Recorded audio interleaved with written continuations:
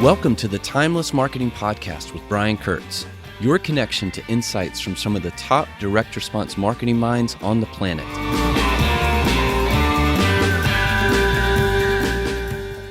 Hey, it's Brian Kurtz here, host of the Timeless Marketing Podcast. Today's episode is a clip from one of the 2-hour calls inside Titan's Accelerator, my private mentorship program for direct response marketers. Before we get to that, I have one question for you. Do you have a marketing insurance policy? If you don't, you need one.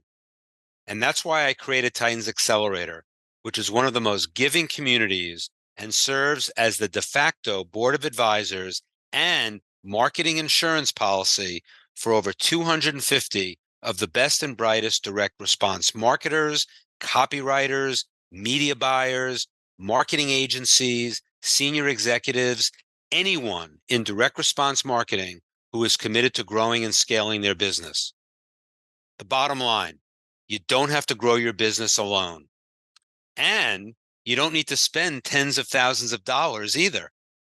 Titan's Accelerator is 1/10 of the price of most groups of its kind. I know because I hosted a group that was over $20,000 a year. If you want to see how Titan's Accelerator can help you grow and scale your specific business, go to briankurtz.net/help. That's BRIANKURTZ.net/help.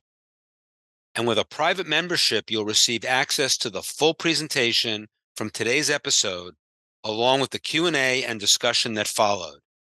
As an added bonus, you'll receive access to a vault filled with many more private calls just like this one.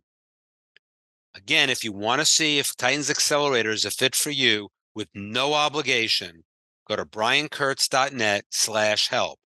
That's BRIANKURTZ.net/help. And feel free to email me directly. I respond to every email with questions about this episode or just to say hi at brian@briankurtz.net. Now on to today's episode. Ryan, I know you're on. I am here, my friend. Hey, how are you? Hopefully we haven't bored you too much.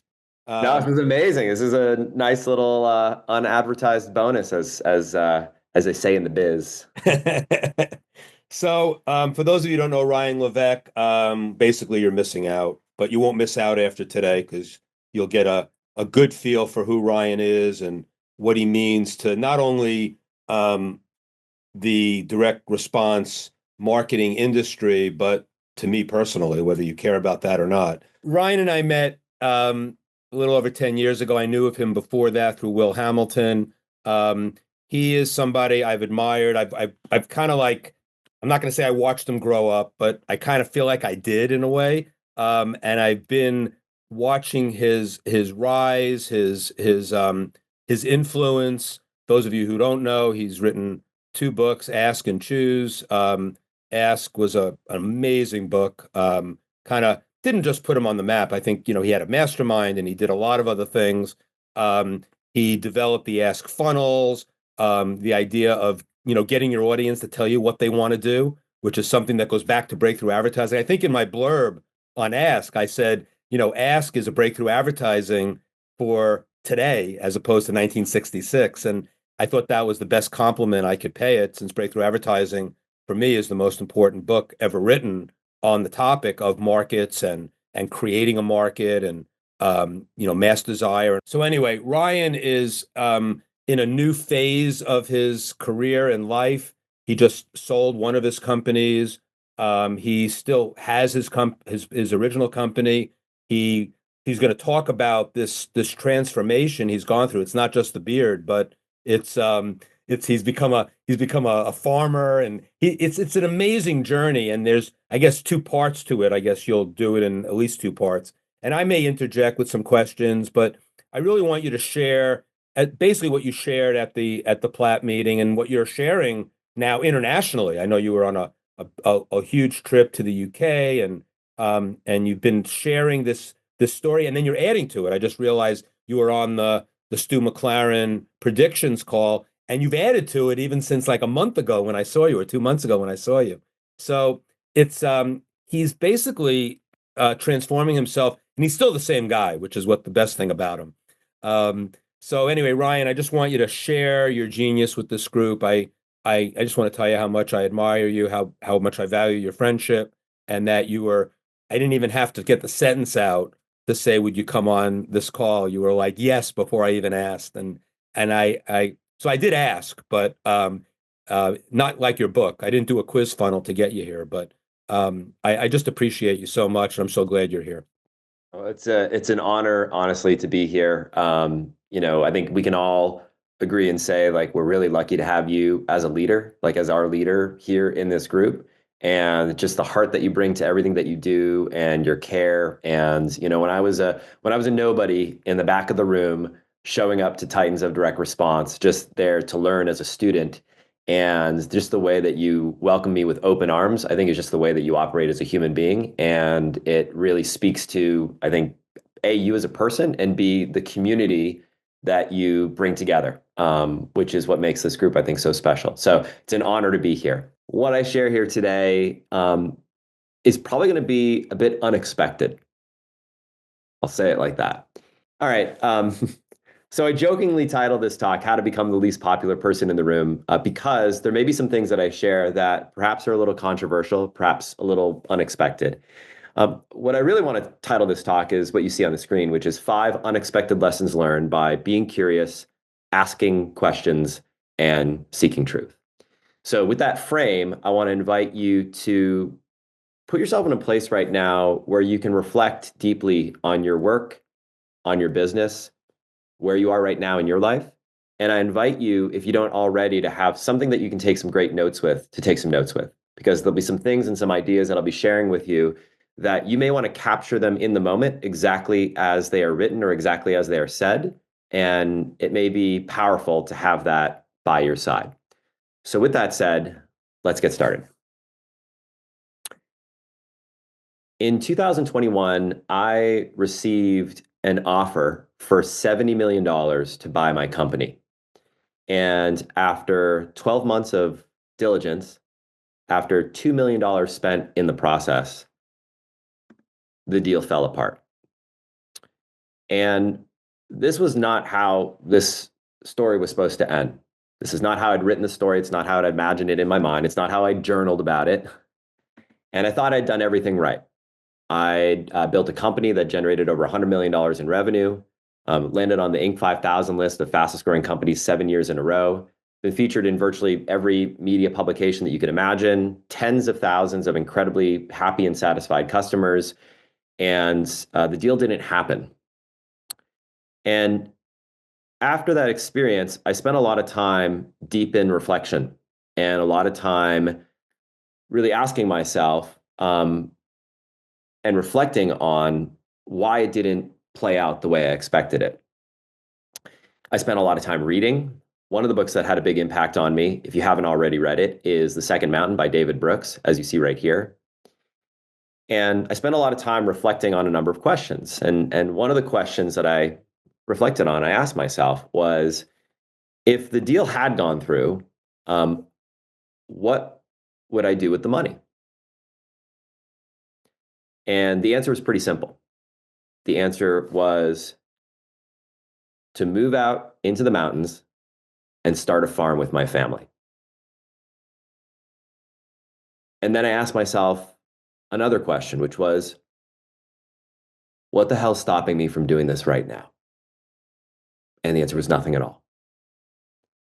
So, in the wake of that experience, my wife and I decided to take our family on a grand adventure. We were living in Austin, Texas at the time. We decided to put our house on the market, sell it. It sold in less than 24 hours. We had a 14-day close. We sold one of our cars, put everything that we owned into storage, loaded up the truck, the kids, and the dog, and we road tripped our way across America to Vermont with no plan, nowhere to stay, just a dream and a vision that we were going to start a farm as a family. And what you see in front of you right here is my family. It's my family. It's my wife, Tylene, my 2 boys, Henry and Bradley, and that's our farm dog. Yes, she's wearing a dress. Don't judge. And this is our farm. And we are on a journey right now to grow 100% of the food that we eat and consume as a family. And we have another family that lives with us on this farm. And we have planted over 500 fruit and nut trees on the property. We have over 50 different types of berries that we grow. We have apples and pears, persimmons, plums, peaches. We have pecans, acorns, walnuts. We raise cattle on our farm. We have pigs. We raise meat birds and laying hens. You see right here with my one of my little guys. We have 48 beehives. We raise trout in our ponds. This is our annual production garden that you see right here. And this is an example of a daily harvest that we have in our life. Between our beef, chicken, pork, and fish, and eggs, we produce 100% of the protein that we eat on farm. Between the 1,000 maple trees that we tap and the 48 beehives, we produce 100% of our sweetener. And right now I have overwintering in our root cellar, everything from onions to garlic to carrots, parsnips, 3 different types of potatoes. We've got 4 different types of squash, not to mention freezers full of everything that we grow. And every morning I get to wake up to a view that looks like this. And every morning it's like God has painted a different painting that represents an entirely new day. And the reason why I share this with you, just to start our conversation here today, is because none of this would have happened had I not even asked myself the question. And in our conversation here today, we're going to be exploring a series of questions that I want to invite you to think about and reflect on in your business with the work that you do. And it brings us to the first lesson that I want to share with you here today, which is this idea that when you change your questions, you change your life. Now, Brian mentioned my first 2 books, Ask and Choose, Ask on the left-hand side, which was all about asking questions to understand your market at a deep emotional level. I've been a student of questions my entire life. I've always found the art and science of asking questions to both be simultaneously profound and incredibly insightful. Now, as popular and as powerful Ask was, there was one question and one specific voice that was not focused on in that book. Ask was all about asking your market. It was all about asking everybody else. But what it failed to explore was asking the most important voice of them all, which is yourself. And as we go through some of these lessons that I want to share with you here today to reflect on in your business and in your life, I want to invite you to think about and reflect on these questions that we go through. And with the questions that we walk through here today, as you write them down in your notes, I want to invite you to pick one of these questions to reflect deeply on after our time here together. I've always been a student of questions. You can see right here, this is a post that one of my good friends, Justin Welsh, recently shared on LinkedIn, where he was talking about the power of questions. And I shared 3 questions that I'd love to start the conversation with here today that are great ones in my experience to begin with. And they are as follows. If you find yourself feeling stuck, when you find yourself feeling stuck, the question to ask yourself is, what's one step I can take that's so small, it's impossible for me to fail? Or this question here, when you find yourself blocked, maybe you're writing a piece for a client or you're working on an important project for work, what invisible rules am I following right now that might be limiting my perceived options? Or question number 3, when you feel conflicted, what rope do I need to let go of so I can step into this potential new future? 3 questions to start our conversation here today. So to begin our dive into this material, the question to be asking yourself at a meta level is, what questions do I need to be asking myself to help see what I'm not seeing? We all have blind spots. We all have things that we're not even thinking about right now. There are things that you are not even considering right now in the work that you're doing, the project that you have right now, your big plans that you have for 2025, and de-risking your business and de-risking your life largely revolves around seeing the blind spots, finding what they are. Of course, you've heard the expression, when you're inside the bottle, you can't read the label, and it's true for all of us. So I want to invite you to reflect on some of the questions that we walk through here today. So the question I want to invite you to reflect on as I share all this is the following. How can you stand out by doing the opposite of everybody else in your market? How can you stand out by doing the opposite of everybody else? And that takes me to lesson number 3. Shine the flashlight where nobody's looking. On the heels of the essay that I wrote, The Great Sea Change, Why the Digital Marketing Playbook of the Last Decade is Obsolete, there was a much anticipated follow-up that people were waiting for, which is, what is the solution? Where do we go from here? Which led me to publish a second piece, Going Analog, the contrarian path to thriving in this new digital era. And in this piece, one of the things that I explored is the idea of marketing channels, and specifically, where is the greatest opportunity for us right now in terms of reaching our ideal customer? In other words, what's the least crowded channel available to us today? And I wrote, as an advertiser, as a marketer, when it comes to marketing channels, what you're looking for are asymmetric supply-demand imbalances, places where you can be where there are a disproportionate number of potential customers relative to the businesses competing for their attention. And to find this asymmetric supply-demand imbalance, and thus the opportunity that it presents, sometimes we need to shine the flashlight where nobody's looking. Now, of course, the ideal situation, as we all know on this call, is to be the only food stand in a stadium filled with starving fans. You have a line of people around the block, and you can charge whatever you want, right? But sometimes the opportunities in front of us are non-obvious. And in order to find the non-obvious opportunities that everybody else is missing, we first need to get really good at recognizing predictable patterns and cycles. And marketing channels follow predictable cycles. Let me explain. So a channel gets good and useful for consumers. Think something like email or Google. Then marketers, like us, get wind of the opportunity and we work to exploit it. Marketers ruin everything, right? So think spam and Google Ads. Channels work for a period of time before advertisers effectively outnumber consumers that we're targeting. Consumers leave those channels because the experience starts to suffer and they move on to something else. Trees don't grow to the sky, and channels don't last forever. Channels get saturated. Now we're seeing this play out right now with a relatively new platform known as Perplexity. Now, if you're not familiar, Perplexity AI is an AI-powered search engine that's making a run at Google. It's faster, it's arguably better, and it's free. And the best part is, right now at least, there are no ads, though that may be changing. It's a better user experience, and people are racing to the platform right now, and they're not looking back. So it's only a matter of time before users switch their home screen from Google to Perplexity, or its better known cousin, ChatGPT. Now, speaking of ChatGPT, ChatGPT does not have ads today, right? However, and by the way, Brian, can you see my screen still? You can, right? Slide, thumbs up. Yes. Yeah. What can I help with? Yes, perfect. Yeah.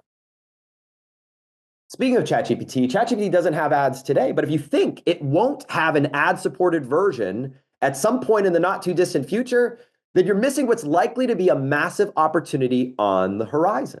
In fact, the interface is designed with space for future ad placements right there.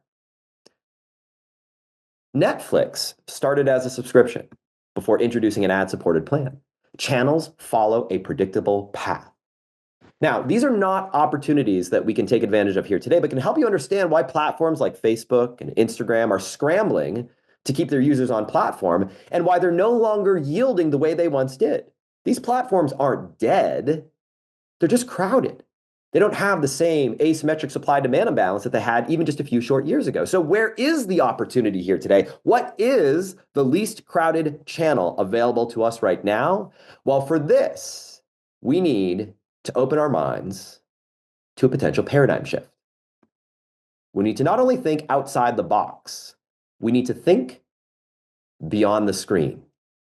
After all, the most competitive piece of real estate that we're all competing for, all of us right now, for our consumer, is the 14 square inches that we can hold right here in our hand, the one that fits inside our pocket. Now, for me, the light bulb moment went off when I started having a conversation with my publisher last month about my next upcoming book. I'm working on my third book right now as we speak. And my publisher, Reed Tracy, is the CEO of Hay House Books, which was acquired by Penguin Random House back in 2022. And in my conversation with Reed, which is the largest publishing company in the world, access to a tremendous amount of data. And in my conversation with Reed, he shared with me a piece of information that stood out to me. He said, ebook sales for virtually all genres right now are down across the industry. However, at the same time, audiobook sales are way up. Now, why is that, I thought? It was one of these data points that just stuck with me, something that I couldn't quite shake, but knew represented a clue. Then I had a conversation with a friend of mine, Carrie Green, a longtime customer with a thriving online community, who's been using small-scale in-person meetups to drive membership to our online community. Then I had a conversation with a mutual friend of Brian and mine, Will Hamilton, founder of Fuzzy Yellow Balls, a longtime client in the tennis education space, who is crushing it right now, selling physical playbooks with QR codes that drive people to instructional videos on YouTube. Tennis players take with them on the court. And others are replicating this in markets like dog training and music instruction and more. And I had dozens of conversations like this, and what became blindingly obvious is that this post-pandemic return to work movement that we've been hearing so much about in the media has actually coincided with a much larger post-pandemic return to the physical world. See, screen time may be something that we limit for ourselves and our kids, in which we know should come with the Surgeon General's warning, but time in the physical world, that's something that we all want more of right now. Less time in front of a screen, more time with our hands in the dirt. So it makes sense that audiobooks are on the rise right now.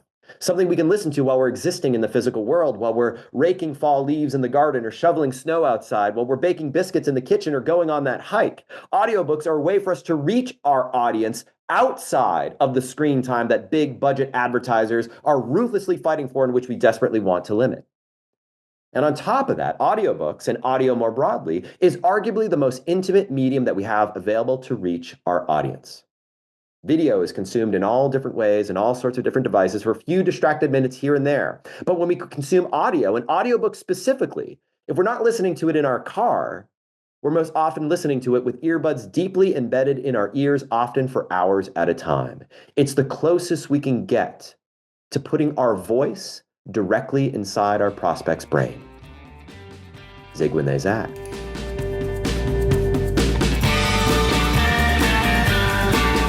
Thanks for listening to the Timeless Marketing Podcast with Brian Kurtz. Visit briankurtz.net and click podcast at the top of the page for a full transcript and show notes. If you are interested in working with Brian personally inside of Titans Accelerator, go to briankurtz.net/help to see how Titans can help you grow and scale your business. That's briankurtz.net/help.